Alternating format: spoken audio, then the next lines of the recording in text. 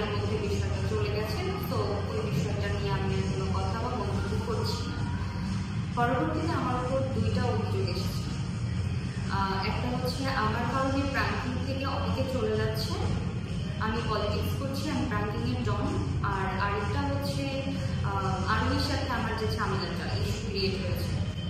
তো আমি বলতে চাই যে প্রান্তিকে আমার জন্য কোনো ব্যক্তি এখন পর্যন্ত যায় নাই, তারা তাদের নিজস্ব ব্যক্তিগত স্বার্থে গিয়েছে।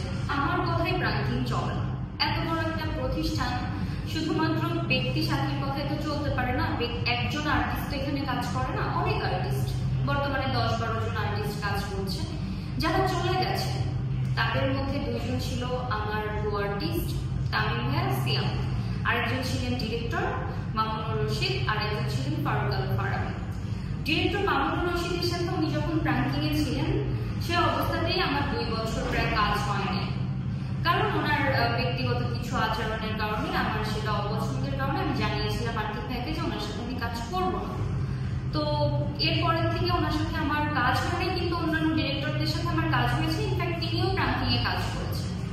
তো যখন উনি প্রান্তিক থেকে চলে যান তখন হয়তো উনি কিছু বাইরে প্রোডাকশন করছিলেন এবং উনি নিজেই বাইরে একটা প্রোডাকশন খোলেন বাইরে কাজ করার জন্য। আমাদের সবার থেকে বিদায় নিয়েই উনি গিয়েছেন এবং উনি যখন বিদায় নিয়ে গেছেন তখন আমি তাকে নিজে ফোন দিয়েও তার সাথে কথা বলেছি সুন্দরভাবে যে ভাই এতদিন একসাথে কাজ করেছি, ভুল ত্রুটি বা যত ধরনের রাগ অভিমান অনেক কিছুই থাকতে পারে, তবে যদি কখনো দেখা হয় একজনের আরেকজনের সাথে আমরা মত বিনিময় করব, এই ধরনের একটা কথা বলে তার সাথে আমার শেষ কথা হয়েছে। তারপর আর কখনো তার সাথে আমার কোনো কথা হয়নি। এরপর যদি আমি বলি ফারুক আল ফারাবি, তার সাথে আমার এখনো যোগাযোগ হয়। ফারুক ভাইয়া নিজে আমাকে ফোন করেন এবং উনি আমার সাথে লাস্ট কাজও করেছেন।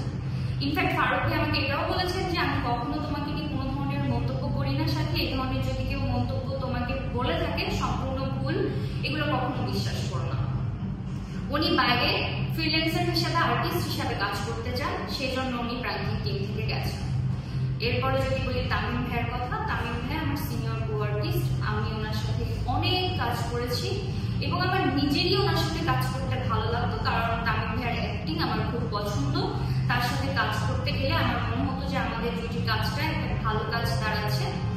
এবং তামিম ভাইয়া যখন টিমে ছিলেন না, আমি তখন নতুন টিমে, আমি আর্থিক ভাইকে বলেছিলাম যে তামিম ভাইয়ের সাথে আমার কাজ করার খুব ইচ্ছা, ওনাকে টিমে ব্যাক করানো যায় কিনা দেখেন। উনি তখন নিজস্ব একটা ইউটিউব চ্যানেলে মনে হয় কাজ করতো, তখন তামিম ভাইয়ের ব্যাক করে এবং তামিম ভাইয়ের সাথে আমার কাজ শুরু হয়। তো পরবর্তীতে মামুন ভাইয়ের প্রোডাকশনে তামিম ভাইয়া মনে হয় কাজ করার ইচ্ছা পোষণ করে, যেটা নিয়ে আর্থিক ভাইয়ের মনে হয় দ্বিমত ছিল। এই জন্য তিনি মামুন ভাইয়ের সাথে কাজ করা শুরু করেন এবং প্রান্তিকে ওনার সাথে কাজ করা বন্ধ হয়ে যায়।